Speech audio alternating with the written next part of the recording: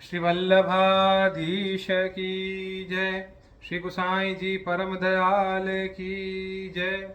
श्याम सुंदर श्री यमुने महारानी की जय। श्री गिरिराज धरण की जय। श्रीमद् भागवत षष्ठ स्कंध, आज से छठा स्कंध शुरू होगा। आज हम पहला अध्याय पढ़ेंगे। अथ प्रथमोध्यायः, अजामिलोपाख्यान का प्रारंभ।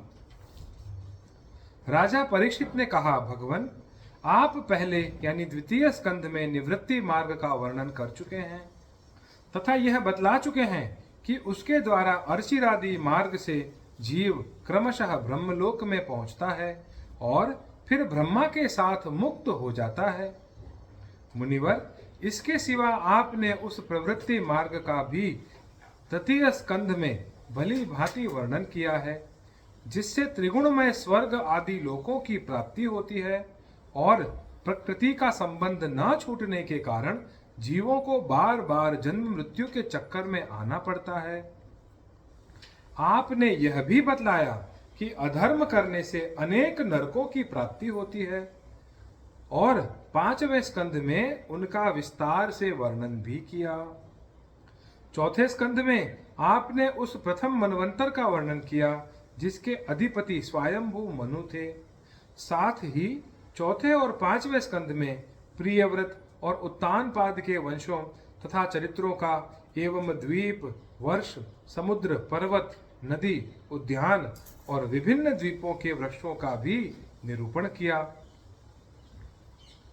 भूमंडल की स्थिति और उसके द्वीप वर्षादि विभाग, उनके लक्षण तथा परिमाण, नक्षत्रों की स्थिति, अतल वितल आदि भूविवर, सात पाताल और भगवान ने इन सब की जिस प्रकार सृष्टि की उसका वर्णन भी सुनाया। महाभाग, अब मैं वह उपाय जानना चाहता हूं जिसके अनुष्ठान से मनुष्यों को अनेकानेक भयंकर यातनाओं से पूर्ण नरकों में न जाना पड़े। आप कृपा करके उसका उपदेश कीजिए। श्री सुखदेव जी ने कहा, मनुष्य मन, वाणी और शरीर से पाप करता है। यदि वह उन पापों का इसी जन्म में प्रायश्चित न कर ले तो मरने के बाद उसे अवश्य ही उन भयंकर यातनापूर्ण नरकों में जाना पड़ता है, जिनका वर्णन मैंने तुम्हें पांचवें स्कंद के अंत में सुनाया है। इसलिए बड़ी सावधानी और सजगता के साथ रोग एवं मृत्यु के पहले शीघ्र से शीघ्र पापों की गुरुता और लघुता पर विचार करके उनका प्रायश्चित कर डालना चाहिए। जैसे मर्मज्ञ चिकित्सक रोगों का कारण और उनकी गुरुता लघुता जानकर झटपट उनकी चिकित्सा कर डालता है। राजा परीक्षित ने पूछा, भगवन, मनुष्य तो राजदंड, समाजदंड आदि लौकिक और शास्त्रोक्त नरक गमन आदि पारलौकिक कष्टों से यह जानकर भी कि पाप उसका शत्रु है, पाप वासनाओं से विवश होकर बार बार वैसे ही कर्मों में प्रवृत्त हो जाता है। ऐसी अवस्था में उसके पापों का प्रायश्चित कैसे संभव है? मनुष्य कभी तो प्रायश्चित आदि के द्वारा पापों से छुटकारा पा लेता है, कभी फिर उन्हें ही करने लगता है।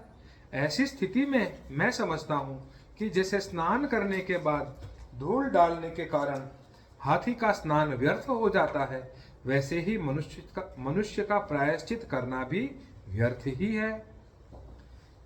श्री सुखदेव जी ने कहा, वस्तुतः कर्म के द्वारा ही कर्म का बीज नाश नहीं होता, क्योंकि कर्म का अधिकारी अज्ञानी है।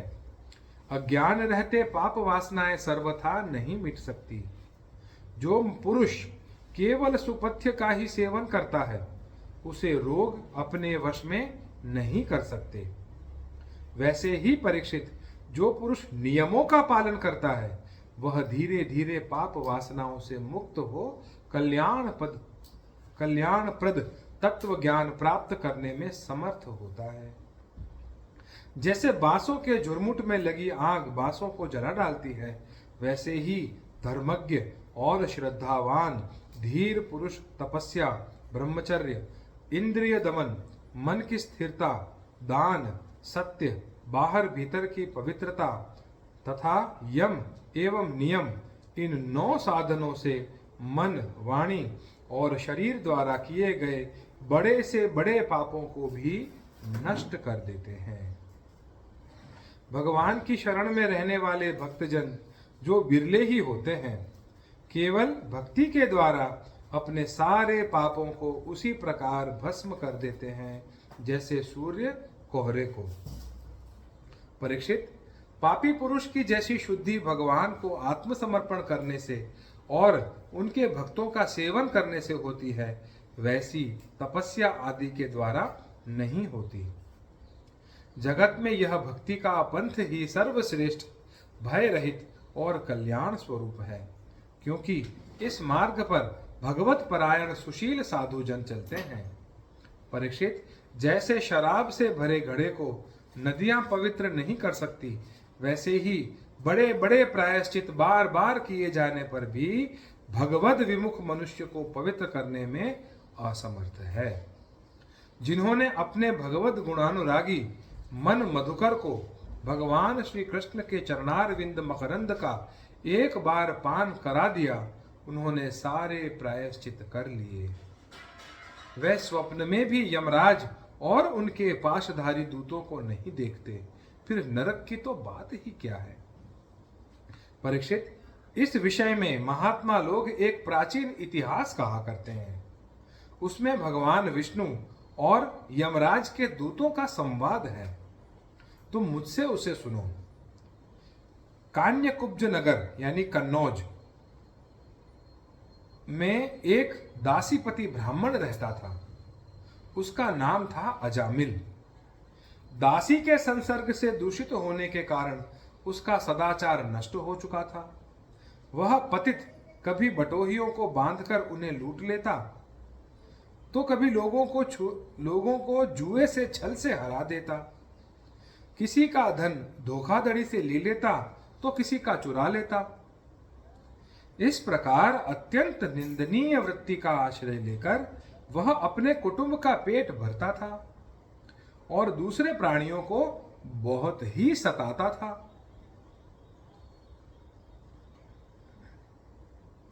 परीक्षित, इसी प्रकार वह वहां रहकर दासी के बच्चों का लालन पालन करता रहा। इस प्रकार उसकी आयु का बहुत बड़ा भाग 88 वर्ष बीत गया। बूढ़े अजामिल के 10 पुत्र थे। उनमें सबसे छोटे का नाम था नारायण।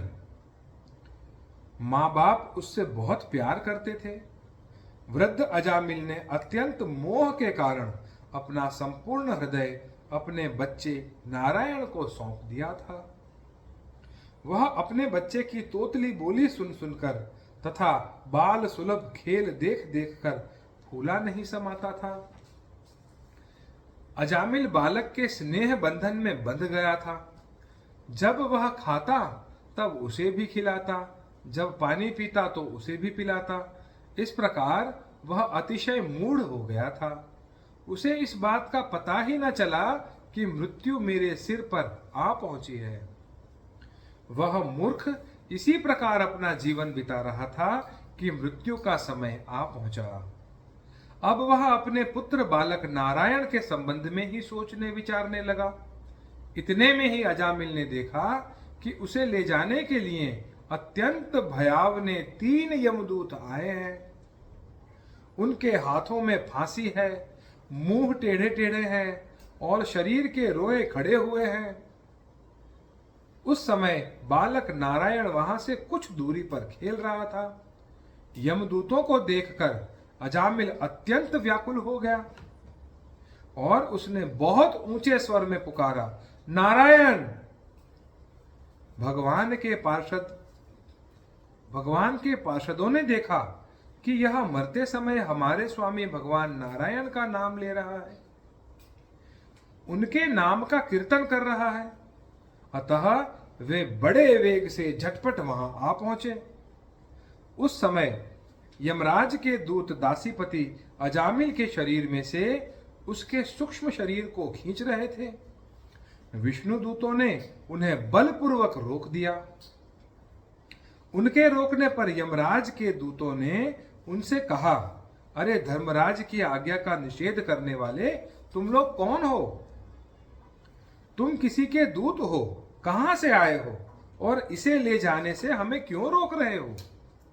क्या तुम लोग कोई देवता, उपदेवता या सिद्ध श्रेष्ठ हो? हम देखते हैं कि तुम सब लोगों के नेत्र कमल दल के समान कोमलता से भरे हैं। तुम पीले पीले रेशमी वस्त्र पहने हो। तुम्हारे सिर पर मुकुट, कानों में कुंडल और गले में कमल के हार लहरा रहे हैं। सबकी नई अवस्था है। सुंदर सुंदर चार भुजाएं हैं। सभी के कर कमलों में धनुष, तरकश, तलवार, गदा, शंख, चक्र, कमल आदि सुशोभित है। तुम लोगों की अंग कांति से दिशाओं का अंधकार और प्राकृत प्रकाश भी दूर हो रहा है। हम धर्मराज के सेवक हैं, हमें तुम लोग क्यों रोक रहे हो? सुखदेव जी कहते हैं, परीक्षित, जब यमदूतों ने इस प्रकार कहा तब भगवान नारायण के आज्ञाकारी पार्षदों ने हंसकर मेघ के समान गंभीर वाणी से उनके प्रति यों कहा। भगवान के पार्षदों ने कहा, यमदूतों, यदि तुम लोग सचमुच धर्मराज के आज्ञाकारी हो तो हमें धर्म का लक्षण और धर्म का तत्व सुनाओ। दंड किस प्रकार दिया जाता है? दंड का पात्र कौन है? और मनुष्यों में सभी पापाचरी दंडनीय हैं या उनमें से कुछ ही दंडनीय हैं? यमदूतों ने कहा, वेदों ने जिन कर्मों का विधान किया है वे धर्म हैं और जिनका निषेध किया है वे अधर्म हैं। वेद स्वयं भगवान के स्वरूप हैं। वे उनके स्वाभाविक श्वास प्रश्वास एवं स्वयं प्रकाश ज्ञान है, ऐसा हमने सुना है। जगत के रजोमय, सत्वमय और तमोमय सभी पदार्थ, सभी प्राणी अपने परम आश्रय भगवान में ही स्थित हैं। वेद ही उनके गुण, नाम, कर्म और रूप आदि के अनुसार उनका यथोचित विभाजन करते हैं। जीव शरीर अथवा मनोवृत्तियों से जितने कर्म करता है उसके साक्षी कौन रहते हैं? उसके साक्षी रहते हैं सूर्य, अग्नि, आकाश, वायु, इंद्रियां, चंद्रमा, संध्या, रात, दिन, दिशाएं, जल, पृथ्वी, काल और धर्म। इनके द्वारा अधर्म का पता चल जाता है और तब दंड के पात्र का निर्णय होता है। पाप कर्म करने वाले सभी मनुष्य अपने अपने कर्मों के अनुसार दंड के पात्र होते हैं। निष्पाप पुरुषों, जो प्राणी कर्म करते हैं उनका गुणों से संबंध रहता ही है। इसलिए सभी से कुछ पाप और सभी से कुछ पुण्य होते ही रहते हैं और देहवान होकर कोई भी पुरुष कर्म किए बिना रह ही नहीं सकता। इस लोक में जो मनुष्य जिस प्रकार और जितना अधर्म या धर्म करता है वह परलोक में उसका उतना और वैसा ही फल भोगता है। देव शिरोमणियों, सत्व, रज और तम, इन तीन गुणों के भेद के कारण इस लोक में भी तीन प्रकार के प्राणी दिख पड़ते हैं। पुण्यात्मा, पापात्मा और पुण्य पाप दोनों से युक्त अथवा सुखी दुखी और सुख दुख दोनों से युक्त। वैसे ही परलोक में भी उनकी त्रिविधता का अनुमान किया जाता है। वर्तमान समय ही भूत और भविष्य का अनुमान करा देता है। वैसे ही वर्तमान जन्म के पाप पुण्य भी भूत और भविष्य जन्मों के पाप पुण्य का अनुमान करा देते हैं। हमारे स्वामी अजन्मा भगवान सर्वज्ञ यमराज सबके अंतःकरणों में ही विराजमान हैं। इसलिए वे अपने मन से ही सबके पूर्व रूपों को देख लेते हैं। वे साथ ही उनके भावी स्वरूप का भी विचार कर लेते हैं। जैसे सोया हुआ अज्ञानी पुरुष स्वप्न के समय प्रतीत हो रहे कल्पित शरीर को ही अपना वास्तविक शरीर समझता है, सोए हुए अथवा जागने वाले शरीर को भूल जाता है। वैसे ही जीव भी अपने पूर्व जन्मों की याद भूल जाता है और वर्तमान शरीर के सिवा पहले और पिछले शरीरों के संबंध में कुछ भी नहीं जानता। सिद्ध पुरुषों, जीव इस शरीर में 5 कर्मेंद्रियों से लेना देना, चलना फिरना आदि काम करता है। 5 ज्ञानेंद्रियों से रूप रस आदि 5 विषयों का अनुभव करता है और 16वें मन के साथ 17वां वह स्वयं मिलकर अकेले ही मन, ज्ञानेंद्रिय और कर्मेंद्रिय इन तीनों के विषयों को भोगता है। जीव का यह 16 कला और सत्वादि 3 गुणों वाला लिंग शरीर अनादि है। यही जीव को बार बार हर्ष, शोक, भय और पीड़ा देने वाले जन्म मृत्यु के चक्कर में डालता है। जो जीव अज्ञानवश काम, क्रोध, लोभ, मोह, मद, मत्सर इन 6 शत्रुओं पर विजय प्राप्त नहीं कर लेता, उसे इच्छा न रहते हुए भी विभिन्न वासनाओं के अनुसार अनेकों कर्म करने पड़ते हैं। वैसी स्थिति में वह रेशम के कीड़े के समान अपने को कर्म के जाल में जकड़ लेता है और इस प्रकार अपने हाथों मोह का शिकार बन जाता है। कोई शरीरधारी जीव बिना कर्म किए कभी एक क्षण भी रह नहीं सकता। प्रत्येक प्राणी के स्वाभाविक गुण बलपूर्वक विवश करके उससे कर्म अवश्य कराते हैं। जीव अपने पूर्व जन्मों के पाप पुण्य संस्कारों के अनुसार स्थूल और सूक्ष्म शरीर प्राप्त करता है। उसकी स्वाभाविक एवं प्रबल वासनाएं कभी उसे माता के जैसा स्त्री रूप बना देती हैं, तो कभी पिता के जैसा पुरुष रूप। प्रकृति का संसर्ग होने से ही पुरुष अपने को अपने वास्तविक स्वरूप के विपरीत लिंग शरीर मान बैठता है। यह विपर्यय भगवान के भजन से शीघ्र ही दूर हो जाता है। देवताओं, आप जानते ही हैं कि यह अजामिल बड़ा शास्त्रज्ञ था। शील, सदाचार और सद्गुणों का तो यह खजाना ही था। ब्रह्मचारी, विनयी, जितेंद्रिय, सत्यनिष्ठ, मंत्रवेत्ता और पवित्र भी था। इसने गुरु, अग्नि, अतिथि और वृद्ध पुरुषों की सेवा की थी। अहंकार तो इसमें था ही नहीं। यह समस्त प्राणियों का हित चाहता था, उपकार करता था, आवश्यकता के अनुसार ही बोलता और किसी के गुणों में दोष नहीं ढूंढता था। एक दिन यह ब्राह्मण अपने पिता के आदेशानुसार वन में चला गया और वहां से फल फूल समिधा तथा कुश लेकर घर के लिए लौटा। लौटते समय इसने देखा कि एक भ्रष्ट, जो बहुत कामी और निर्लज्ज है, शराब पीकर किसी वेश्या के साथ विहार कर रहा है। वेश्या भी शराब पीकर मतवाली हो रही है। नशे के कारण उसकी आंखें नाच रही हैं। वह अर्धनग्न अवस्था में हो रही है। वह शूद्र उस वेश्या के साथ कभी गाता, कभी हंसता, कभी तरह तरह की चेष्टाएं करके उसे प्रसन्न करता।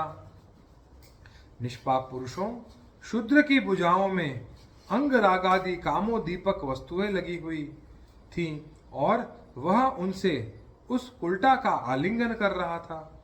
अजामिल उन्हें इस अवस्था में देखकर सहसा मोहित और काम के वश हो गया।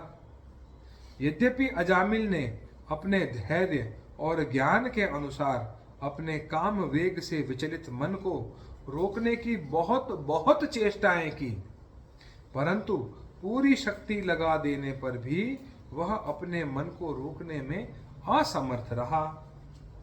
उस वैश्या को निमित्त बनाकर काम पिशाच ने अजामिल के मन को ग्रस लिया। इसकी सदाचार और शास्त्र संबंधी चेतना नष्ट हो गई। अब यह मन ही मन उसी वैश्या का चिंतन करने लगा और अपने धर्म से विमुख हो गया। अजामिल सुंदर सुंदर वस्त्र, आभूषण आदि वस्तुएं जिनसे वह प्रसन्न होती ले आता। यहां तक कि इसने अपने पिता की सारी संपत्ति देकर भी उसी उल्टा को रिझाया। यह ब्राह्मण उसी प्रकार की चेष्टा करता जिससे वह वैश्या प्रसन्न हो। उस स्वच्छंद चारिणी कुलटा की तिरछी चितवन से इसके मन को तिरछी चितवन ने इसके मन को ऐसा लुभा लिया कि इसने अपनी कुलीन नवयुवती और विवाहिता पत्नी तक का परित्याग कर दिया। इसके पाप की भी भला कोई सीमा है? यह कुबुद्धि न्याय से अन्याय से जैसे भी जहां कहीं भी धन मिलता वहीं से उठा लाता। उस वैश्या के बड़े कुटुंब का पालन करने में ही व्यस्त रहता। इस पापी ने शास्त्राज्ञा का उल्लंघन करके स्वच्छंद आचरण किया है। यह सत्पुरुषों के द्वारा निंदित है। इसने बहुत दिनों तक वैश्या के मल समान अपवित्र अन्न से अपना जीवन व्यतीत किया। इसका सारा जीवन ही पापमय है। इसने अब तक अपने पापों का कोई प्रायश्चित भी नहीं किया है। इसलिए अब हम इस पापी को दंडपाणी भगवान यमराज के पास ले जाएंगे। वहां यह अपने पापों का दंड भोग कर शुद्ध हो जाएगा। इति श्रीमद्भागवते महापुराणे पारमहंस्यां संहितायां षष्ठ स्कंधे अजामिलोपाख्याने प्रथमोध्यायः। अगले अध्याय में यानी दूसरे अध्याय में हम पढ़ेंगे विष्णु दूतों द्वारा भगवत धर्म निरूपण और अजामिल का परम धाम गमन।